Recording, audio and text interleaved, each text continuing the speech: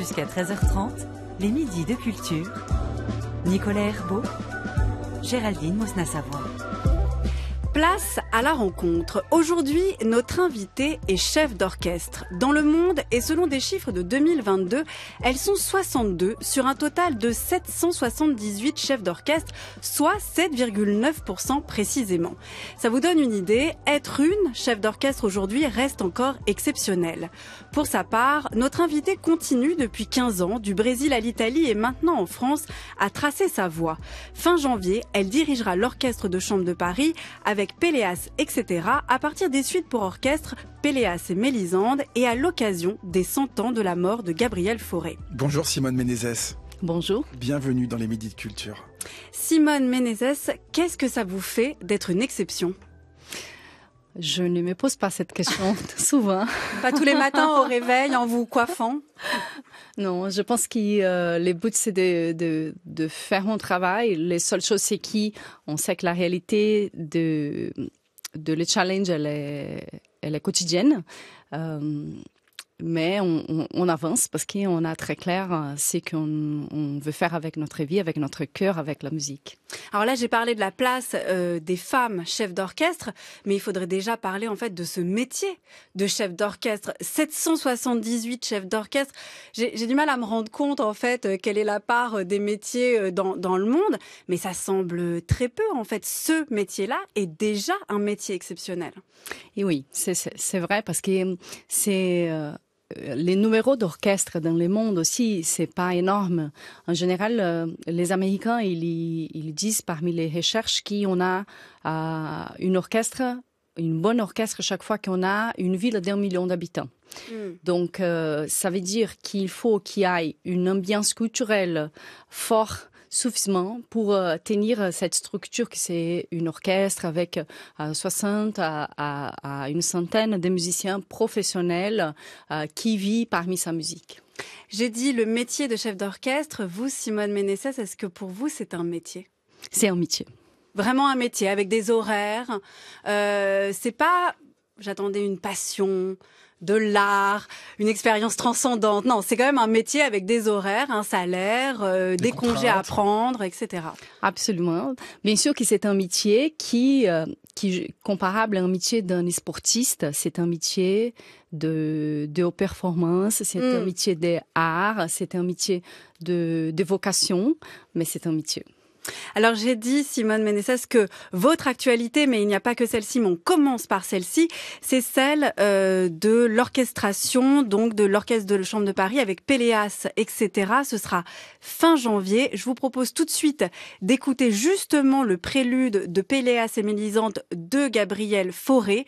Mais bon, hélas, ça n'est pas votre direction.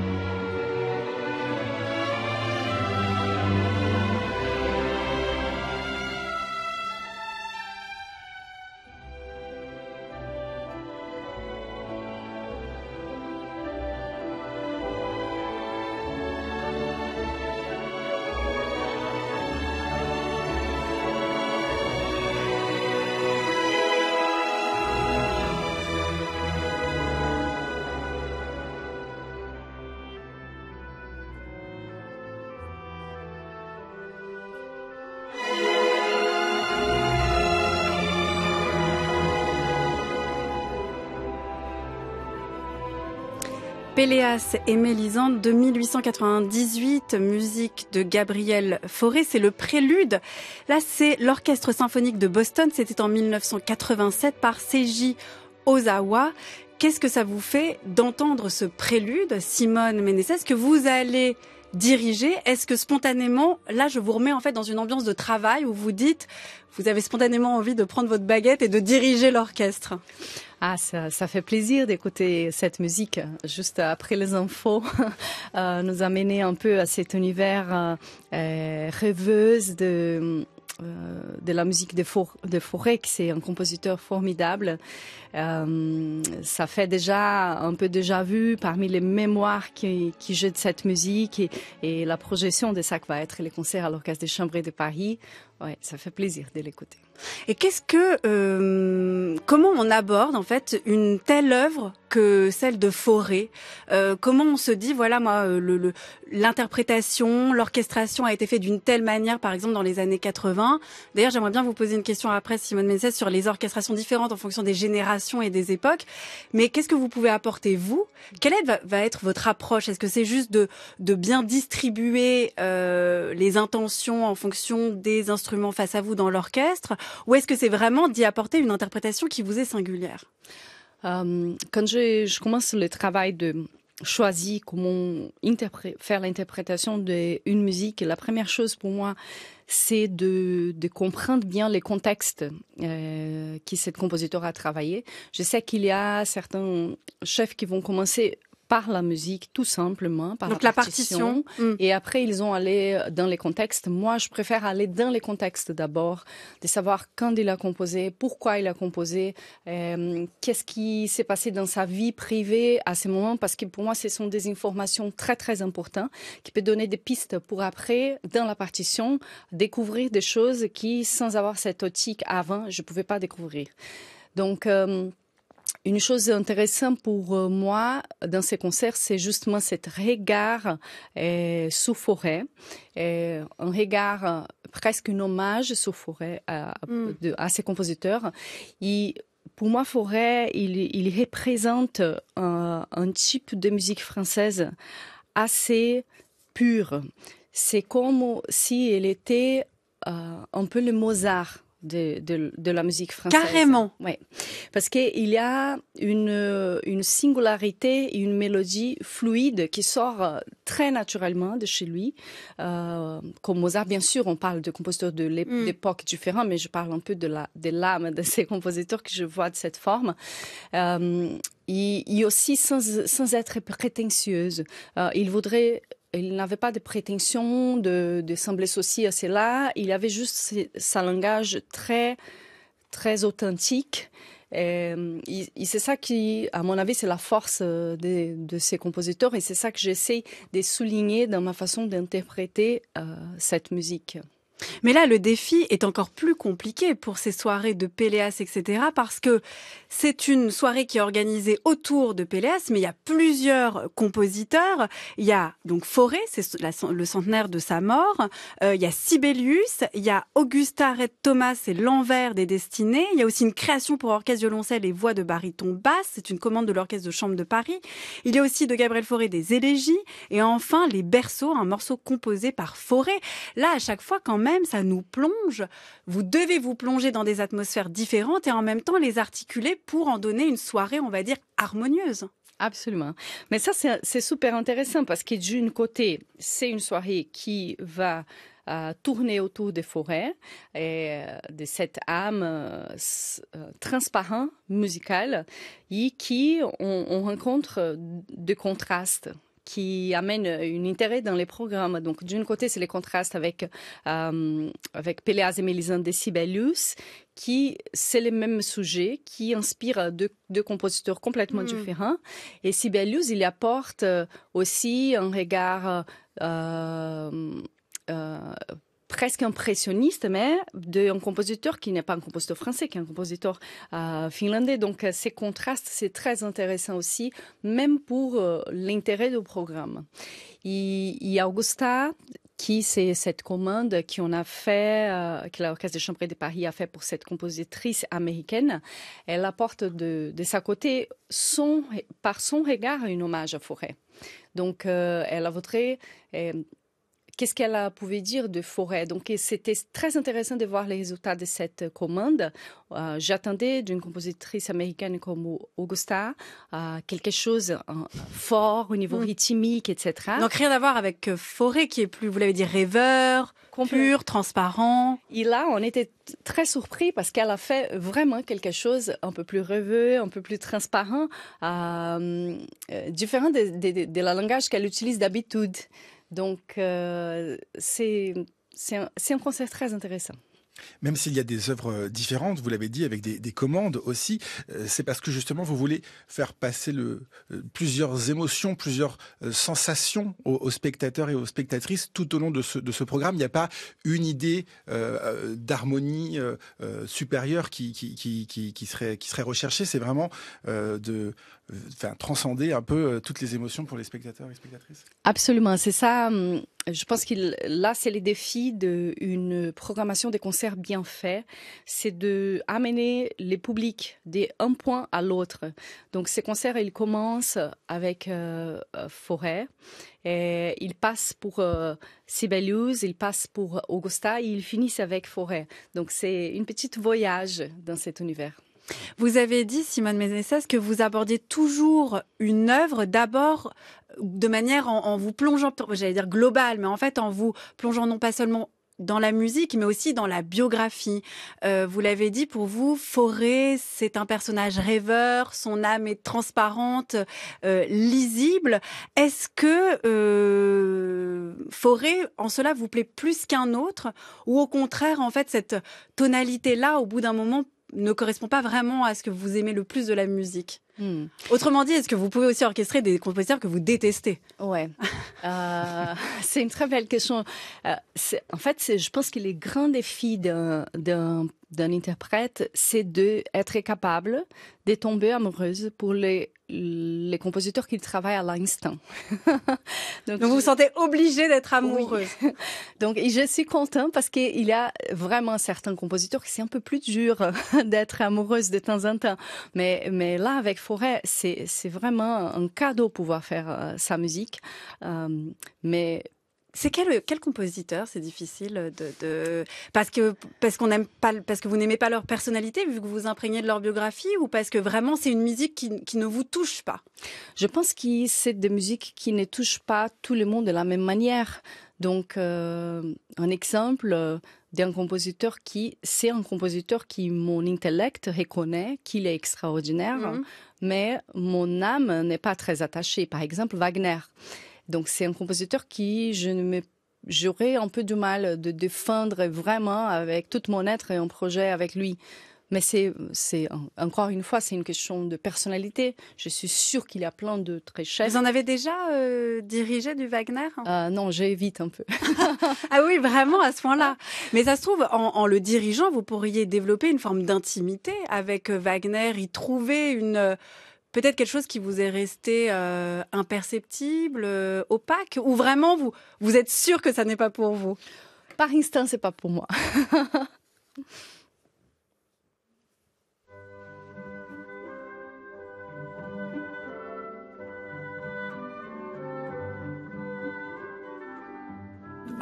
Je crois que je ne suis pas ici pour imposer quoi que ce soit à l'orchestre qui soit contre sa volonté ou contre sa constitution génétique. D'un autre côté, il y a un certain nombre de choses dont je me sens plus proche et peut-être qu'effectivement on a la possibilité de créer quelque chose de tout à fait spécial ensemble. L'orchestre et moi, on ne doit jamais oublier que la musique est faite pas seulement par les chefs, pas seulement par les orchestres, mais toujours il s'agit d'une collaboration entre les deux. Et cette collaboration, une vraie collaboration, est la clé de quelque chose de très spécial.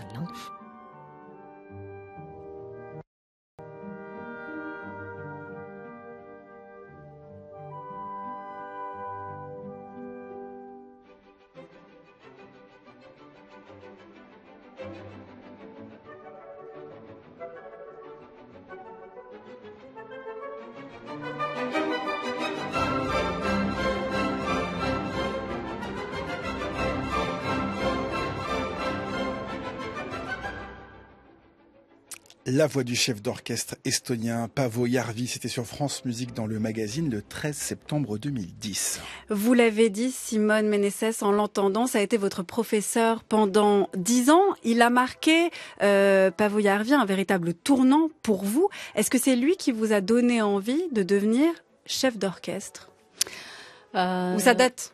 Oui, il y a bien avant. Oui, non, je commençais à diriger avant Paavo. Une chose qui Paavo m'a apporté vraiment, c'était la liberté de choix interprétatifs. Donc, par exemple, pas Wagner. Exactement. Donc, en fait, il y a deux façons de... Avant, les chefs d'orchestre en général, ils avaient cet compromis avec la partition et un peu aveugle, dans le sens où il faut que je sois vraiment dans les note par note, sans forcément avoir la liberté de rechercher les contextes, avoir la liberté de réfléchir qu'une orchestre ne peut pas faire exactement égal l'autre, parce que ce sont des êtres humains différents. Une salle ne peut pas être égale l'autre. La respiration du jour, c'est différent. Donc, trouver l'organicité pour la musique, c'était la chose plus importante qui Paavo m'a donné la liberté d'apprendre. Ça tient vraiment à son approche à lui, ou est-ce que vous estimez, Simone Meneses, que c'est aussi un mouvement en fait qui a touché tous les métiers de la musique, toute l'approche qu'on a de la musique, c'est-à-dire pas uniquement spécialisée, très technique en fait, liée à la partition, liée à la tonalité, mais vraiment qui a réfléchi, qui a fait un travail réflexif sur qu'est-ce qu'on veut dire, qu'est-ce qu'on veut faire de cette musique-là. Je pense qu'il y a plus d'autres personnes, sûrement. C'est un mouvement de la musique qui, bien sûr, Paavo était quelqu'un très fort dans ce mouvement, mais qu'il y a plusieurs voix qui sont dans la même direction. Je pense qu'il y a, dans les années 70, la musique historiquement baroque, à revenir à cette source, pas de la partition, mais des comment on jouait à cette époque. C'était la porte d'ouverture pour rentrer dans cet univers. Et peu à peu, on a compris qu'on a ça partout. Par exemple, dans la musique de Villa-Lobos, dans la musique brésilienne, on va en parler, oui, mais allez-y. C'est une chose chez moi. Si on a 4 croches, ta, ta, ta, ta, je peux pas jouer ta, ta, ta, ta. Il faut que je joue ta-ka-chi-ta. Parce qu'il y a déjà un rythme, un savoir-faire qui n'est pas écrit dans la partition. Et aller plus loin dans cette recherche, c'est quelque chose qu'il faut qu'on fasse aujourd'hui avec tous les répertoires, et pas seulement avec les répertoires baroques.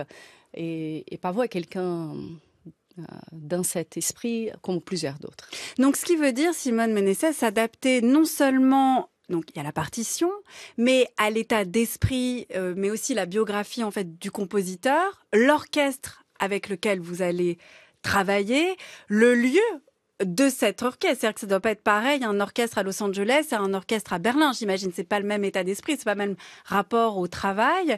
Et puis aussi l'état d'esprit de la scène, ce qu'on veut en faire. On a parlé de Péléas, etc.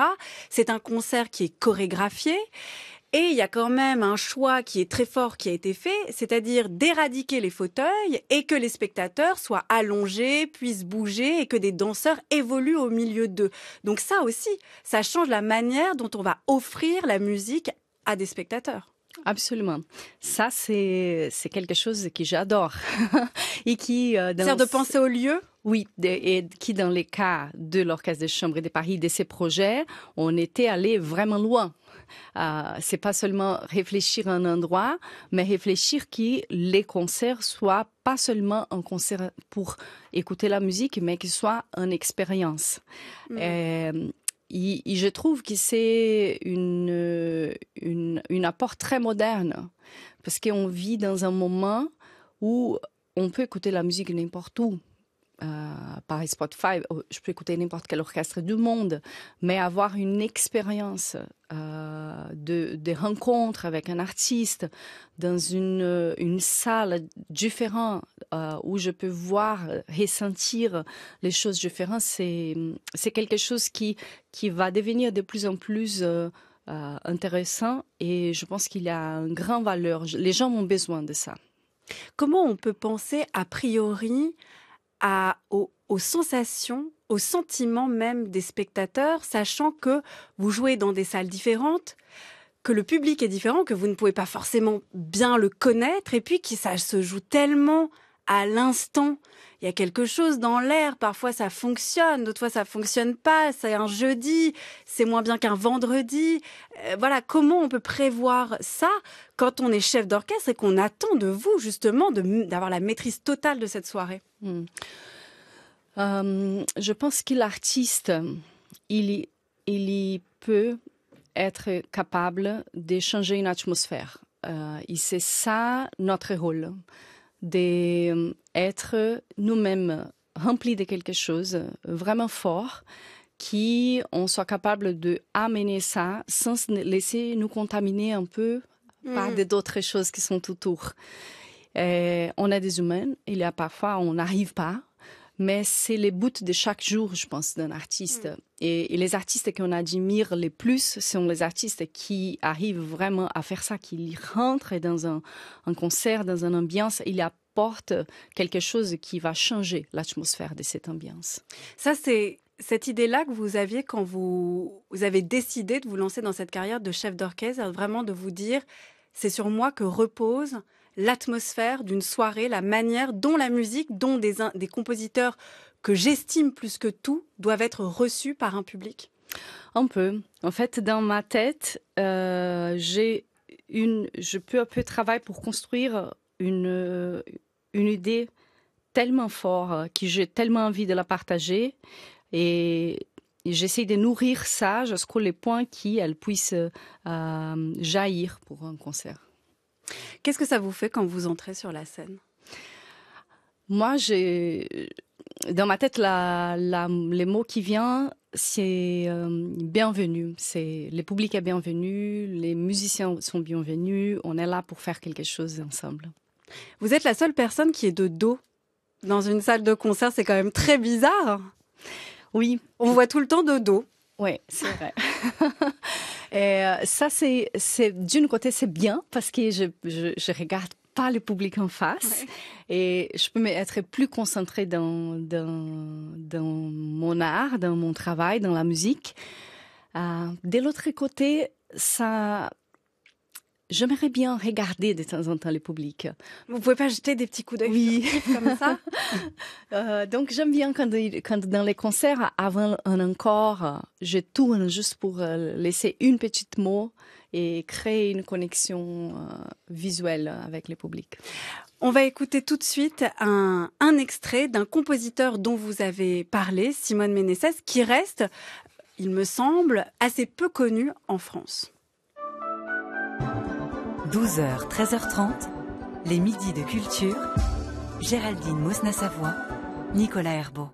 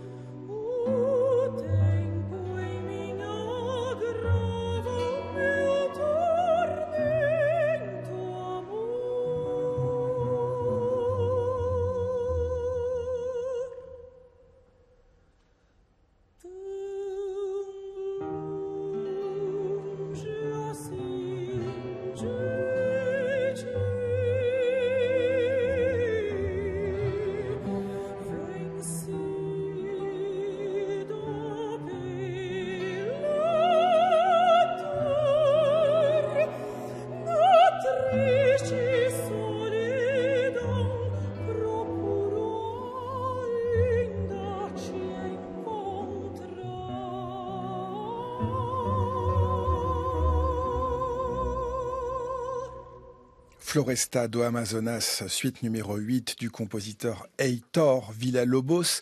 Et c'est un morceau extrait de votre disque Amazonia. Votre disque Amazonia, Simone Meneses, est paru et sorti en septembre dernier. C'est le fruit d'une collaboration avec le photographe brésilien Sebastião Salgado. Donc, le fruit de ce travail, c'est vraiment une tournée française, européenne, durant laquelle vous projetiez des photos de Salgado et que vous, j'allais dire que vous accompagnez de cette musique, mais en fait, ce serait trop réducteur pour votre direction, Simone Meneses. Alors, avant qu'on rentre peut-être dans cette expérience-là, qui est un autre type d'expérience sensorielle, juste dites-nous quand même qui est Heitor Villa-Lobos, qui reste peu connu en France, non? Villa-Lobos, c'était les compositeurs brésiliens plus importants. Il a écrit plus de 1000 œuvres et il a créé ça qu'on considère un peu la base de la musique classique brésilienne, avec des influences très fortes, de la rythmique qui vient des Indiens, des Africains, mais aussi des Stravinsky et d'autres compositeurs classiques. Et avec une influence très forte de la couleur française, des compositeurs français, parce qu'il a vécu en France un bon moment. Et il a développé aussi une orchestration unique qui n'est pas assez connu et qui a inspiré, par exemple, Messiaen à écrire Turangalil. Il y a une interview de Messiaen qui dit que Turangalil était inspiré par l'orchestration des Villa-Lobos. Donc, c'est un compositeur à découvrir encore. On connaît 2 ou 3 œuvres qu'il a fait, mais il y a des choses formidables comme Amazonie qui j'essaie de défendre. Et d'ailleurs, en faisant quelques recherches sur lui, en fait, il est assez contemporain, en fait. Il est mort, j'ai vu, en 1959. Comment vous expliquez qu'il y ait des frontières aussi fortes dans la musique, alors même que la musique, on le dit, c'est peut-être une tarte à la crème, mais est un langage universel. Comment vous expliquez ça, alors, cette imperméabilité entre des traditions, entre des chefs, peut-être même des monopoles presque de musique classique? Une fois, j'étais en train de discuter avec un programmateur très connu en Europe et il m'a dit une chose très intéressante. Il m'a dit ce qui manquait pour Villa-Lobos, c'était un chef international très connu pour lui défendre dans le monde. Il a dit, ça c'est les rôles par exemple de Bernstein pour mettre dans les répertoires plusieurs compositeurs américains qui on n'a pas eu avec Villa-Lobos. Donc je pense que pour franchir cette barrière, il faut vraiment que certains interprètes soient capables de peu à peu mettre la musique de ces compositeurs dans des grandes salles pour générer un effet d'intérêt. Et moi, je suis contente de pouvoir faire ça en partenaire, pas avec un autre musicien, mais avec un photographe, qui c'est le cas de ces projets avec Salgado. Il est fait qui fait déjà ce projet de gens qui commencent à découvrir la musique de cet compositeur. Et comment vous voyez-vous votre métier? Est-ce que vous pensez que vous pouvez justement, vous avez une carrure maintenant, une renommée mondiale qui vous permet de chambouler un petit peu l'idée qu'on se fait de la musique classique et l'idée de grands répertoires classiques? J'essaie de chaque jour vivre les jours et les faire dans ma mesure et j'espère les faire, mais pas toute seule. J'espère aussi peu à peu essayer de fédérer d'autres artistes, d'autres personnes qui peut défendre avec moi cet répertoire.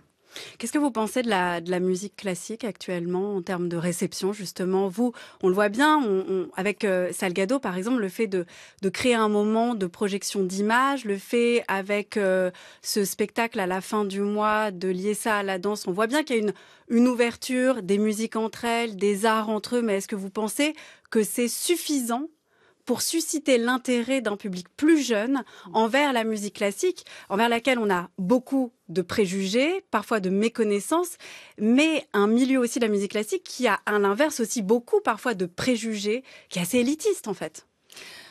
Je pense ça reste un défi. Ça reste un défi, les moments qu'on vit. D'un côté, il y a des choses très intéressantes comme j'ai lu il n'y a pas longtemps dans les journaux anglais The Guardian un article qui parlait qui plus de 30% des streamings de musique classique sur les plateformes sont des gens de moins de 25 ans, je pense. Ah. Et j'étais assez étonnée parce que c'est pas représentative de ça qu'on a dans les salles de concert. Et l'article disait que justement c'est des jeunes, parce que cette jeune génération, elle aime bien les choses plus traditionnelles, elle est ouverte à des pratiques plus douces. Il y a plein de choses qui sont différentes de la génération d'avant, sauf qu'ils n'ont pas de connaissances de la musique classique. Donc, ils tapent sur Spotify qu'ils veulent écouter Mozart et pas les noms d'interprètes. Je comprends parfaitement cette démarche-là. Et donc, ça veut dire qu'il y a un public qui pourrait être un public qui vient. Mais on n'arrive pas à se connecter avec eux dans nos salles de concert. Et c'est vrai que certains projets arrivent peu à peu à le faire. C'est vrai qu'il y a un état d'esprit qui change, mais le chemin est long encore, à mon avis. Le chemin est long. Le projet Amazonie, par exemple, c'est un projet qui marche très bien dans ce sens parce que comme on associe la musique classique avec la photographie, on arrive à avoir dans les concerts les publics photographies qui ne viennent pas pour la musique classique et on arrive à avoir dans les concerts les publics classiques qui viennent dans la photographie qui n'a pas l'habitude de les faire. Est-ce que ce qui manque pas quand on est chef d'orchestre, c'est justement l'incarnation. Géraldine, vous décrivez tout à l'heure de dos. C'est vrai que quand on ne connaît pas bien la musique classique, on reconnaît pas un chef d'orchestre quand on le croise dans la rue. Alors aujourd'hui, si je vous croise dans la rue, je vous reconnaîtrai puisque je vous vois. Mais c'est peut-être ça aussi qui manque, peut-être de la mise en lumière de votre métier. Je pense que c'est un bon chemin pour faire une majeure mise en lumière sur certains métiers, sur certaines pratiques, des rencontres plus proches dans des médias qui ne sont pas les médias traditionnels avec la musique classique. Ça pourrait être une démarche très efficace. Une autre chose que je vois dans cette jeune génération, c'est une génération qui, elle veut rencontrer des gens vrais. Donc, la génération de mes parents, c'est la génération de la télé. Donc, voir un personnage soliste avec son robe, c'est quelque chose qui les parlait. Pour cette génération, non. Donc, il veut rencontrer des gens vrais, soit dans les réseaux sociaux, soit dans la vraie vie, et créer une relation. Et aussi, c'est une génération qui n'est pas intéressée à venir dans un concert pour avoir des informations musicologues. Parce que ça, aujourd'hui, il peut avoir dans son Google, mais il veut rencontrer une histoire, rencontrer une émotion.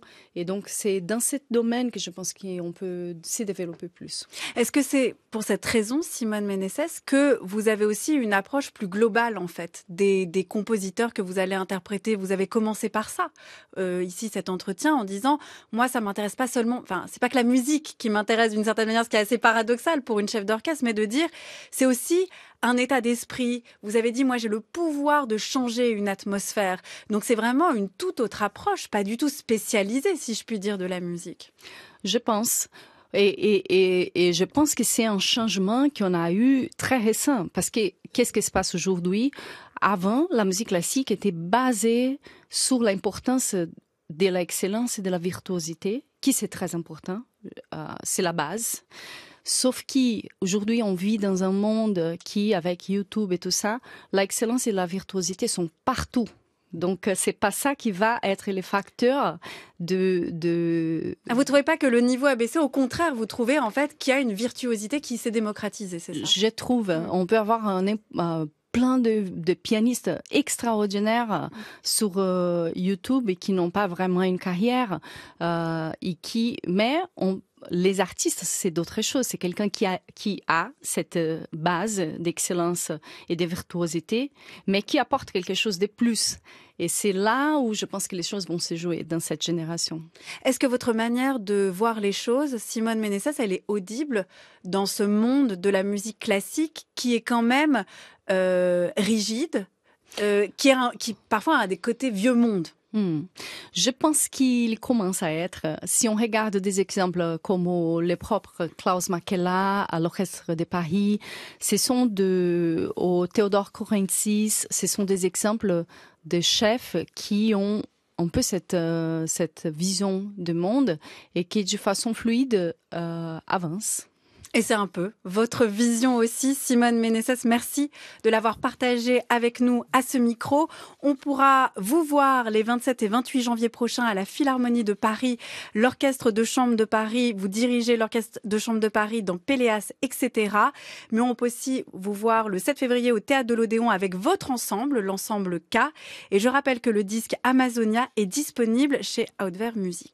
Simone Ménessès, pour terminer, vous avez le choix entre deux musiques de deux compositrices que vous aimez, Louise Farens ou Lily Boulanger. Laquelle des deux souhaitez-vous écouter? Quelle question difficile. C'est cruel. Ouais, c'est cruel. Je pense que j'irai à Louise Farens aujourd'hui.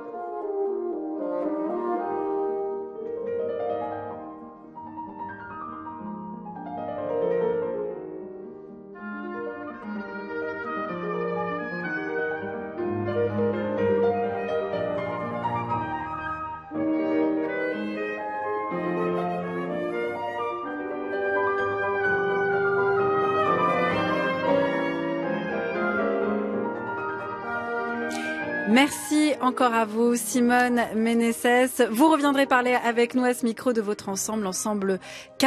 Et un grand merci à l'équipe des Midi de Culture qui sont préparés tous les jours par Aïssatou Endoy, Anaïs Isbert, Cyril Marchand, Zora Vigné, Laura Dutèche-Pérez et Manon Delacelle. Réalisation Nicolas Berger, prise de son Anthony Thomasson.